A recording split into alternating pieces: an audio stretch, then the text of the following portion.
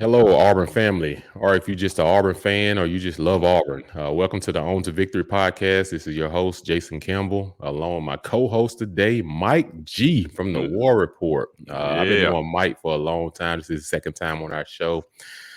Mike was actually on campus when I was playing at Auburn, so we go way back and everything. So he got a chance to see a lot of things at first level. Got a chance to see us joking a lot. Got a chance to see us when we were serious and everything. So, he has a lot of stories about that '04 season and beyond. So, Mike, welcome to the show, man. Welcome to the show. We got a great episode today. We got two great guys, I think, coming on that is pivotal for both programs, and basketball and football. Before we bring this first guy on, a guy that goes from a walk-on to earning himself a scholarship and being a pivotal part of this basketball program, those are the stories I think that people love to hear the most because it wasn't given to them. Yeah, and they had to earn it. They had to grind a little bit harder than most. And the biggest thing I draw from it is confidence. You got to have confidence in yourself to say, hey, I'm going to walk on to this big D1 school and I'm going to work my way up to where I believe I know where I belong. So you want to say something real quick before we bring this out? It's such a tough thing to do at basketball as well, too, because there are so few scholarships, Jason. Right. There are 85 scholarships in football that you can give out. In basketball, you have significantly less. And, for a guy to be supremely confident in his own ability and be able to walk on to the basketball team, work hard, and eventually earn that scholarship, I think it's something special. It's definitely something to be commended. Right, no doubt. So speaking of already getting this guest, let's get him out of the waiting room. Let's get him onto the show, get him onto the basketball court, as they say in basketball. He don't know this, but I was All-American in high school basketball and supposed to be playing at Auburn. So, I just want to challenge some guys on a couple threes every now and then, but I don't get a chance to get over to the facility that often. But let's bring him on. Lior Berman, everybody. How y'all doing? Hey, Lior, what's going on? Nothing much. Hey, man, so I'm pretty sure you probably heard us rambling about you a little bit and everything, just talking about, going from being a walk-on to, earning the spot that you earn on this basketball team, and most importantly, the respect of your teammates and everybody. Talk about your journey a little bit. I know you're from Birmingham, but talk about how you got to Auburn and why you decided to walk on here. Yeah, so I'm from Birmingham, Alabama. I went to Mountain Brook High School, and I always knew I wanted to play college basketball. It's always been a goal of mine. And, trying to find a place to play, I had some D2, D3 offers, and I never really could find the right place. And, I went up to Auburn and had a meeting with Coach Pearl. And, we sat down for like an hour with the coaching staff, and it just felt right. And I knew I wanted to take a chance to come here, also get a great education. But, I wanted to join the basketball team and see what I could do.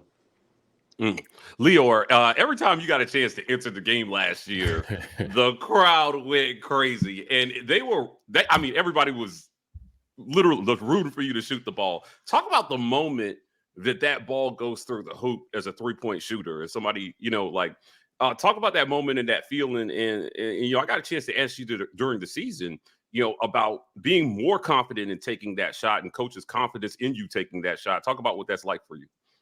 Yeah, it's a great feeling, when that shot goes in, it's just a feeling. It's a great feeling, because that you put in all that work, all those shots behind the scene. You might shoot, I don't know, a couple hundred shots a day for a month before you get a couple shots in a game, and just seeing that ball go in and the crowd, going loud, it gives me a lot of confidence. And, my teammates, they trust me. And, it's just a great feeling when that all comes together. What's the most 3-point shots you've ever hit in a row in practice? Well, I've gotten on the gun before. It's kind of throws it back to you after you shoot. I've probably gotten maybe like 40 or 50 a couple times. In a row? Oh, yeah. Wow. Yeah, that's impressive. Yeah, that's very impressive. And talk about this, though, like, you always talking about, getting up a lot of shots in practice. You may shoot 200 shots in a practice, just getting up before practice, after practice, and during. But in a game, you may only get 8 shots in a game. And you never know what's going to be that deciding shot that determines the winning the ball game. And, a lot of kids don't understand out there, like, you're not just practicing just to be practicing, you're practicing for that big moment. And when that big moment comes, your practice is what's going to propel you to win the battle at that time. And that's what I see in you, man, is that your hard work throughout all these years, it just didn't all of a sudden just happen, or you just got into the position that you're in. You work your butt off to get there. Can you talk about the most memorable moment for you when you first touched the court at Auburn?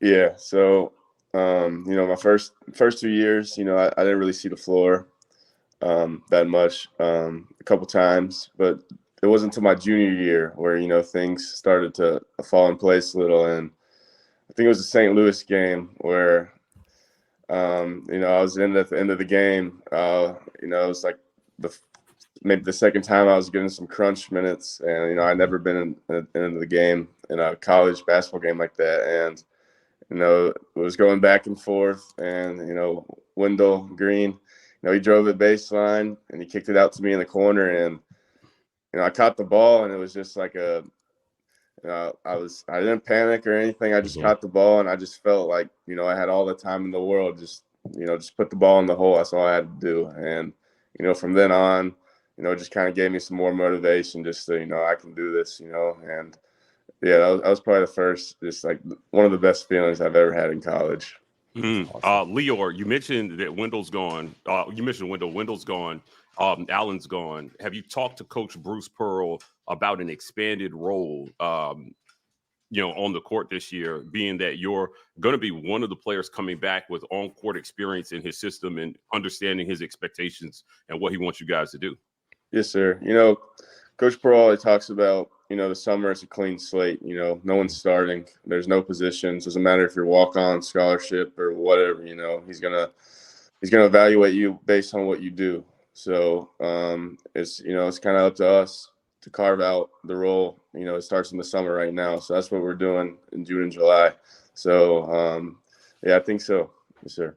Okay. Well, real quick, Jason. So you talk about the off-season kind of regiment, for Jason and those guys in football, you got between like bowl game and start of spring practice to kind of improve your body. And then you have the summer after spring practice to try to improve. What kind of things are you guys doing on the basketball court to improve physically? What's the off-season training regimen like? And what goals do you have for yourself in terms of strength and conditioning? Are you trying to, jump higher, get faster? What are you trying to do this off-season? Yeah, so this off season, during the summer, we're lifting hard. We're doing volume lifts. We're trying to put on some muscle. Doing like reps of 10, and we're also, we're doing a lot of conditioning on, once a week on Friday mornings, and that conditioning is like more like kind of explosive things. So we're running up hills, we're doing tempo runs, and we're also focusing on like speed work, like ladder drills, all that to improve our feet. For me, I'm always trying to get more athletic, faster. I always want to jump higher. That's one of my favorite to do. But yeah. Did you dunk last season? You dunked last season, didn't you? Yeah, I got one dunk. yeah. I remember that one dunk. Yeah. Yeah, it was probably one of the best moments of the season was that dunk, right? Oh yeah, for me, that was the best moment ever. And Lior, you talk about just having fun and everything, and you talk about your memorable moments at Auburn. But you're also part of the winningest class to ever come through Auburn. You guys finished, I believe it was 87 and 39 as a class, and you get a chance to now come back for your senior season. Talk about some of the new guys that you guys have brought on in the transfer portal, and then you get the Holloway kid, the guard, the McDonald's All-American guard. But then you guys get a chance to go out to the lake at Lake Martin and have a little fun together. Talk about so far what you've seen from some of the new guys coming in and the camaraderie that y'all building pretty fast. I've heard last week we talked to Trey Donaldson. He talked about the chemistry seems to be falling in place a lot faster this year, for whatever reason, than compared to a season ago. Yeah, Auburn, Coach Pearl, they always bring in, the Auburn man is what we call it, and some of these new guys that are coming in. They're just hard workers. They're in the gym, more than anyone I've seen, and it's really good because it kind of centers us around one goal that we want to win championships, and I can see that everyone who's come in has been really determined, just to try to get as better as possible this summer, and I think it's kind of brought us together like really early because everyone's just really driven. And I've noticed the chemistry already, like Trey said, it's just been really well. We're having breakfasts in the morning. We all get up, we get there on time, and we just, we're just talking, and it's just, it's great. Lior, in terms of, chemistry as it pertains to competition, you can only send 5 guys out there at a time. Obviously, you're late in your basketball career. You want to play. They brought in these guys. What's it like for you, essentially, with these guys competing for a spot? Teamwork. Yeah, we believe in teamwork at Auburn. Like, we all believe in Auburn and love it. But listen, you want to be on the court as much as possible. What's that competition like for you? Yeah, without competition, it's hard to get better, So when you have competition, it's going to push you to another level because, the other guys putting in the work. But, what are you doing? Are you putting in the work? And I feel like, it creates a better environment to get better. And, we're all teammates. We know the real enemy in the end. Right now it might be, we're going at each other, but, I feel like we know that eventually it's going to pay off. So, I'm not really focused on, like how much I'm going to play or this and that. All I'm trying to do is, just compete. Who's the first to the gym in the morning if you got to work out? First to the gym, so we got this thing called the Breakfast Club, Okay. in the morning. And, this year might be the most guys I've ever seen in there, Usually like, I'm the first one in there, but sometimes this year I'll get there at like 6 and someone will be shooting and I'm like, a little earlier now. But, a lot of the new guys are in there, Denver, Cheney, all those guys, Aiden. We'll just have a lot of guys in there in the morning. It's awesome. That's so great. In basketball, y'all do a lot of early workouts sometimes. Because I know in football, doing like Mike G was saying, we had a bowl game. After the bowl game, you have a couple months prepare for spring ball. And before spring ball, that's the hardest part of our season is getting up at 5 o'clock in the morning, 5:30 workouts, flipping and rolling, bear crawling outside. What are y'all morning work? What's the earliest that y'all work out? And what are they like? Yeah, so usually it's just when we have conditioning. Usually they'll have that 1 or 2 times a week, and usually be around like 6:30. So it's not too bad because usually we get it on maybe on like a Friday morning, and then we get the weekend off in the summer. So that's kind of nice. But we're with Coach D, and he's training us hard to get us ready. So I enjoy it sometimes because it's like I get up and then I'm already up and I'm ready to go for the day, and I've knocked out some things I need to do. Lior, the season ended kind of unceremoniously against Houston. Jason and I were in Birmingham to watch you guys against Houston. Coach Bruce Pearl said in the post game, he said, "I want these guys to be proud of what they accomplished, but I have high standards." How are you guys raising those standards, and what are the goals for next season based on what you guys did not accomplish this past season? Yeah, it's kind of started already in the summer. I noticed we're really focusing on the little things. Like I said a little earlier, we're having these team breakfasts, like and you gotta be there on time. You can't be late or we're running. So, we're keeping facilities more clean.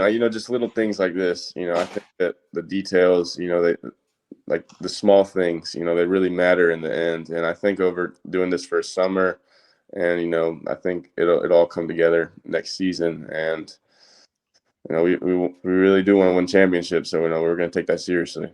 Yeah, you talk about being part of 2 tournament seasons in a row. Auburn has made the NCAA tournament. This year, y'all had to claw a little bit to get there. You guys, late in the season, y'all dug deep and came together and won some big games. Talk about the what it's like for kids out there that may listen because their parents listen to the podcast and they donate to NIL. But talk about the experience of making it to the tournament and the fun aspect of it, but then also the pressure part of it, because each game gets bigger. You beat Iowa, now you got the number 1 seed Houston. Just talk about it a little bit. Yeah, so I can talk about this past season especially. It was in Birmingham, and that's where I'm from. That's where we played the first game or two. So I had all my family there, and all my friends, and that was just like a full circle experience, growing up here playing basketball and then, getting to the tournament and playing here again. It's just, it was awesome. But I think as far as the pressure goes, I mean, you know that you put in the work through the season and you're there now. We took down Iowa and we knew we had the #1 team, but honestly, it's March Madness, so like we knew we had a chance, and we did. We fought hard in the first half. Maybe in the second half, they were maybe a little more in shape or whatever it was, but we had no doubt in our mind that we had a chance to beat them. But as far as the pressure is. We're just in the moment. So like once that game starts, it's just a battle. Lior, give me one goal for this season for you, whether it's 3-pointers made, 3-point percentage. Give me one goal for fans to look forward to for Lior Berman this season. And maybe some more dunks. It's gonna be 4 years to get one dunk. Oh man, that's a classic. For those. We have that highlight. Like, I mean, we posted that highlight on YouTube, and I'm telling you, people were going crazy for it. But realistically speaking, you feel like maybe 40% from the 3-point line might be a good goal for you, or 40% would be amazing, right? Yeah, but for me, I just want to continue to get better. Obviously shooting, you can always get better at that, but maybe I'm trying to work on, just being able to create space, create like how to be creative, like how can I get like just a little sliver of space so I can get the shot up, in the past season, catch and shot great, but, maybe if I can expand on that, maybe draw some fouls too, just that. Sounds good. Yeah. And now transition a little bit here. I know you got your time is limited. We're going to try to get you out here real quick, but NIL, NIL is a big part of now college sports. Student athletes can now make money off their name, image, and likeness. Like Mike G and myself was talking, everybody doesn't have full scholarships. And sometimes most of this NIL money help guys be able to pay for the other part of the scholarship that they don't receive. So just talk about what you've seen from NIL, how has it helped you and your experience so far? Yeah, NIL has been great for me, on to victory. It's just, it's a cool thing because, we have to do things in exchange for the services that they're doing for us. And, a lot of the things that we're doing is maybe like interacting with fans, like, hey, you need to go over here and sign a couple shirts for these kids, or you need to go to this dinner. And it's just really cool because, it allows me to connect with a lot of people who who are on the outside that I wouldn't be able to connect with. And, I've really enjoyed that part. And I'm very appreciative towards it. All right, now getting to the nitty gritty, the quick 5 rapid fire questions, and I'll see if Mike G has one at the end before we let you go. But this is the fun part. This is where all the people that give the most things they want to know is, hey, I want to know what his nutrition is like. I want to know, some of his favorite things. Let's talk about. So growing up in Birmingham, there's no NFL, there's no NBA teams in the state of Alabama. Who was one athlete that you look up to, that you like to model your game out there and you look up to as a person? As a kid, it was, Kevin Garnett, just because his mindset.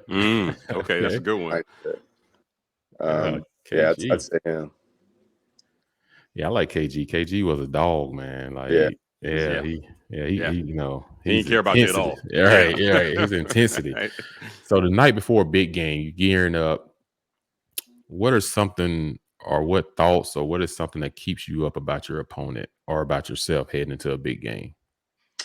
For me, it's just, do I know everything that I need to know? Like, play calls, the scout personnel on their team. Do I know if a guy's a lefty? Do I know his tendencies? I'll just kind of run through that in my mind. I won't be able to sleep till, I got it all down so I can, put myself in the best possible position. Cool. I like that. Favorite food to eat before a game? I'd say just, some good pasta and steak, some broccoli, something like that. Okay. All right. Okay. Some good protein and a little bit of broccoli on the side. That's okay. No wings, no pasta. No wings? Pasta. Yeah, no wings. I'll take some pasta. Okay, all right. All right. Talking about speaking of food, just for the fun of it, what's your favorite go-to restaurant in Auburn? You may get your NIL Oh deal man, there. here we Go go. ahead. What's your favorite restaurant? What's your go-to? It's changed so much, Jason. Like Yeah, Since there's a lot more than when we were there. I'd say definitely for breakfast, Big Blue Bagel. That place is awesome. Okay. I love also Beyond the Walk for dinner. Chinese restaurant. It's pretty good. Couple got. Well, hold on, guys. I'm in what's it called? The unbroken egg. Yeah, another broken egg. Another broken egg. I said unbroken. We're not eating eggs with shells on it. But yeah, another broken egg. Somebody recommended that to me, and it was. That place is good too. Yeah. Yeah, it's a couple in Auburn. Auburn has, put it this way, when we was in school, you was probably 4 or 5 years old, and we had about 3 go-to spots. Now you guys got about 10. So things are changing. Next question is coming down to it. I always have to ask this because people just want to know: do you have any rituals or superstitions? Like if you made a jump shot, or you like your first dunk, do you wear the same socks the next game? Do you dress the same? Like what? Do you have any of that going on? Not maybe sometimes for the shooting, like it's usually like how I practice the night before or something, like I might change one thing up and I might shoot better that game. Like, oh, I got to do that. I got to always do that now, like whether it's a form shooting drill or whatever. But as far as like socks or something, it just kind of depends. I might just forget about something, but then the next time I'm like, I did that last game. I got so I don't know. It just kind of comes and goes. All right, last one for me. Favorite Auburn tradition. Favorite Auburn tradition. Don't mess this one up. Yeah, there's a lot of good ones. I love the just the eagle at the football games. There you go, my man. Just going around the stadium, it's just really cool. And when it lands, everyone, it's pretty cool. The eagle flew for the first time from a baseball game this season as well too, which was very cool. I was there for that. Yeah. I got one question, Jason. Listen, go ahead. Lior, there's a lot of things going on in the world today, but we really want to know who is the fastest guy on the team and who is the slowest guy on the team. Listen, look, if it's a scary movie and you guys are running, who's getting away and who's getting stabbed? I don't know. Yeah, I'm thinking fastest guy. Yep. Might be Jalen Harper. I'd say he might have the fastest time right now. Okay, all right. Slowest. It's Janai, isn't it? I don't know. Janai, he's gotten a lot faster, so I don't even know if it's him anymore. Maybe.